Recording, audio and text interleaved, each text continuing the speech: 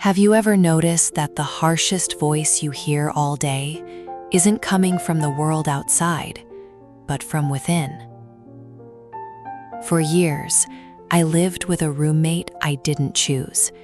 She was loud, she was relentless, and she was convinced that I was never quite enough. She told me my dreams were too big for someone so small, and that my mistakes were permanent ink on the page of my life. I believed her. Until the day I realized that just because a thought is loud doesn't mean it's true. This is the story of how I finally stopped believing the lies and how I learned to listen to the soft, golden truth underneath. Welcome to Elviora Journal.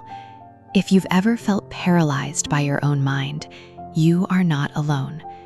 We often think that to fix ourselves, we have to fight our thoughts, but fighting only creates more noise.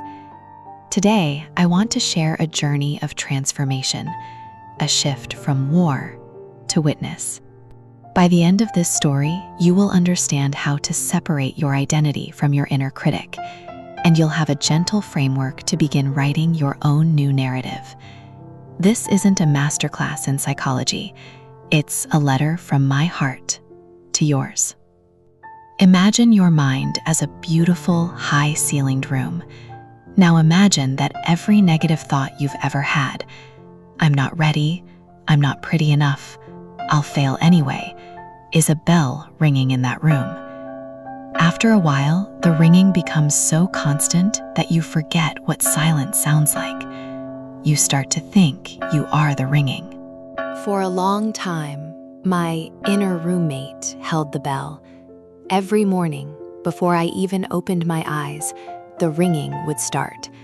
It was a weight I carried into my coffee, into my work, and into my relationships.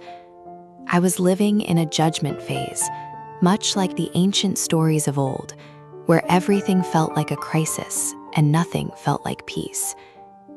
I was exhausted from trying to outrun a voice that lived inside my own head. I thought the answer was to work harder, to be better, to finally satisfy the critic. But the critic is never satisfied. The transformation didn't happen with a lightning bolt.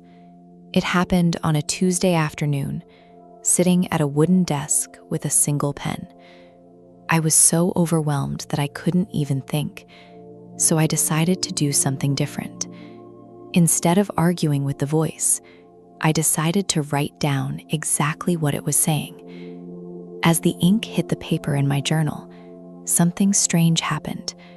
When the thoughts were inside my head, they felt like giants. But when they were written down in simple black ink, they looked small. They looked like sentences, and sentences can be edited. I realized that I had been treating my thoughts like the law, but they were actually just the weather. Sometimes it rains, sometimes it's cloudy, but the sky, the real me, remains unchanged behind it all. This was my first taste of restoration. I wasn't the thoughts. I was the one watching them. To stop believing a lie, you have to replace it with a higher truth. I started a daily ritual of gentle detachment. Whenever a negative thought arose, I would stop and say to myself, "I am having the thought that I am a failure." Notice the difference? Not "I am a failure," but "I am having the thought."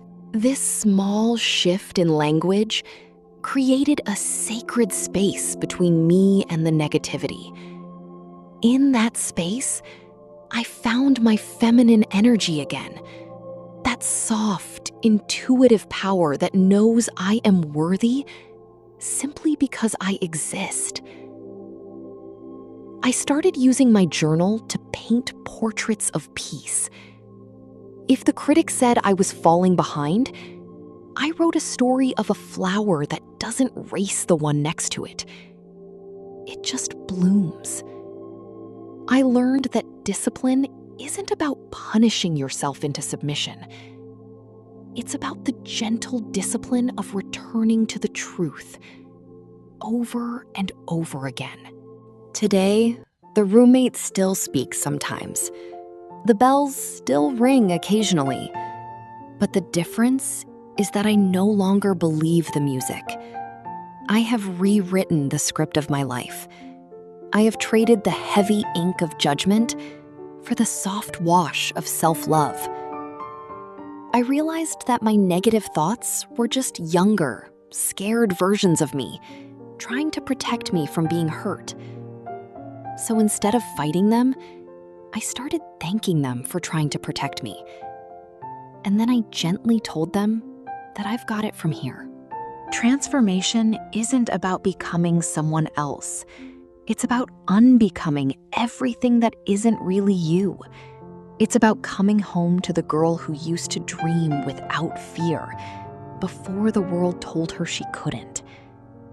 If you are currently sitting in that echo chamber of negative thoughts, please know that the door is unlocked.